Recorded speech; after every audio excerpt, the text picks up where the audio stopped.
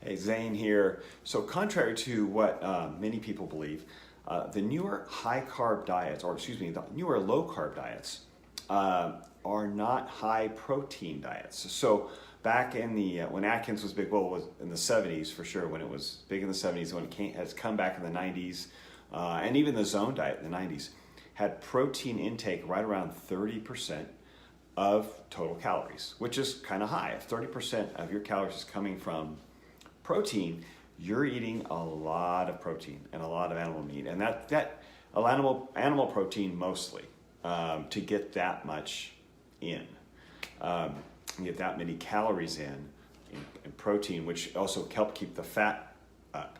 And he got some criticism for that, although that really most of it was unfounded.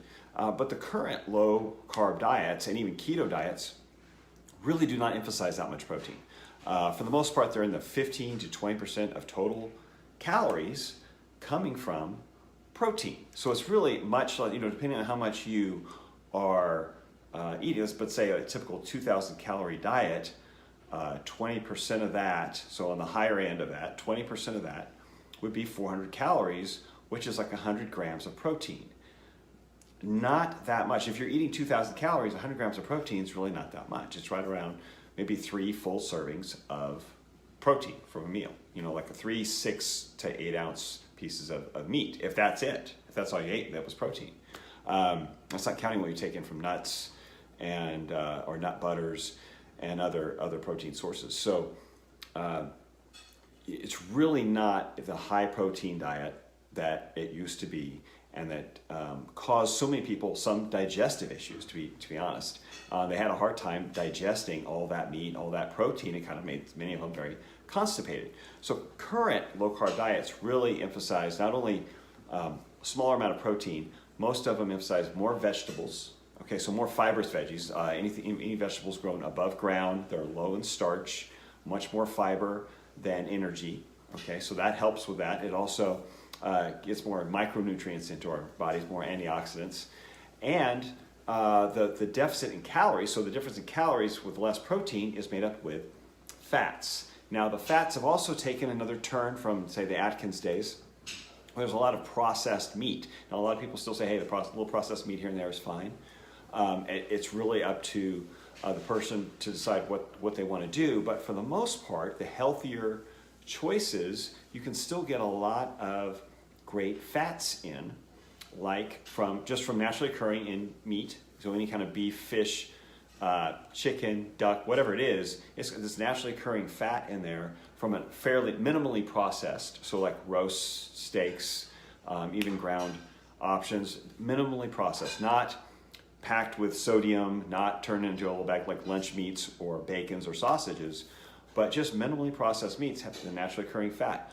Butter, ghee, great for cooking. Olive oil obviously was always an option, always a great choice for salads, but other cooking options that are more sustainable for high heat, less likely to be oxidized. Saturated fats like coconut oil, again, butter, duck fat, beef tallow, all great options. Plus, again, nuts, great source of fat. Hummus, which is made with tahini, sesame seed, okay, ground sesame seeds, great source of fat.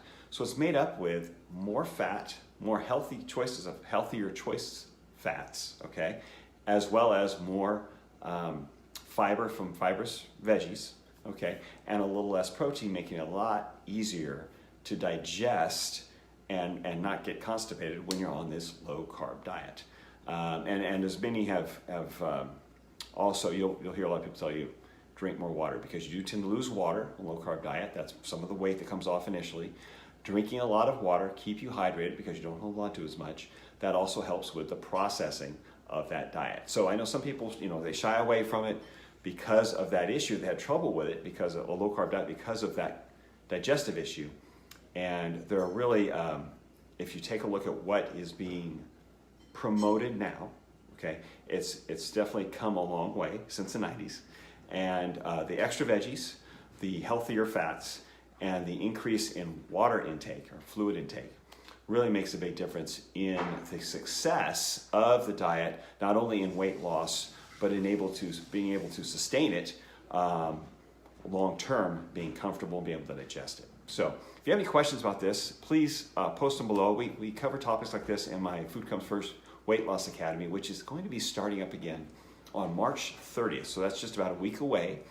If you have any interest, some more info about that, comment below and I'll shoot you a message and I give you a link to the info group so you can see more about that. Talk to you later.